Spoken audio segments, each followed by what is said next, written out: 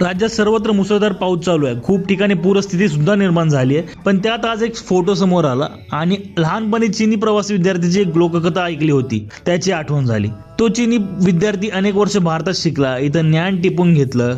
त्यानंतर त्याने थोड्या दिवसांनी बोटीने आपल्या गावी प्रवास करू लागला. सोबत त्याच्या भारतीय वर्गमित्र पण होते. एका ठिकाणाहून नदी पार करत असताना पाणी अचानक वाढलं आणि बोट बुडेल असं होऊ लागलं. बोटीचे वजन कमी केले तर ती तरुण जाईल असं नाविक म्हणाला. तो चीनी विद्यार्थी आपले ग्रंथ टाकावे लागतील या भावनेने खिन्न झाला. पण तोवर सोबतच्या भारतीय वर्गमित्रांनी पाण्यात उडी टाकून ते लिखित ज्ञान शाश्वत ठेवलं आणि आयुष्याचं मोल देऊन ते ज्ञान शाश्वत ठेवले. आज हा फोटो पाहून ती लोककथा नसून खरी असावी असा विश्वास मला वाटतोय. आळंदीत एका धर्मशाळेत पाणी शिरलं तर तेथील रहिवासी महाराजांनी इतर काही साहित्य सोबत न घेता ग्रंथ सोबत नेले. बाकीचे भौतिक साहित्य संपेल, नष्ट झाले तरी हरकत नाही, हे ज्ञान टिकलं पाहिजे ही जी जाण आहे ती समाज, जात, आर्थिक परिस्थितीपेक्षा वर आहे. तुम्हाला ह्या फोटोवरून काय वाटतं नक्की कमेंट करून सांगा. आणि जर तुम्हाला व्हिडिओ आवडला असेल तर व्हिडिओला लाईक, शेअर आणि सबस्क्राईब जरूर करा. धन्यवाद.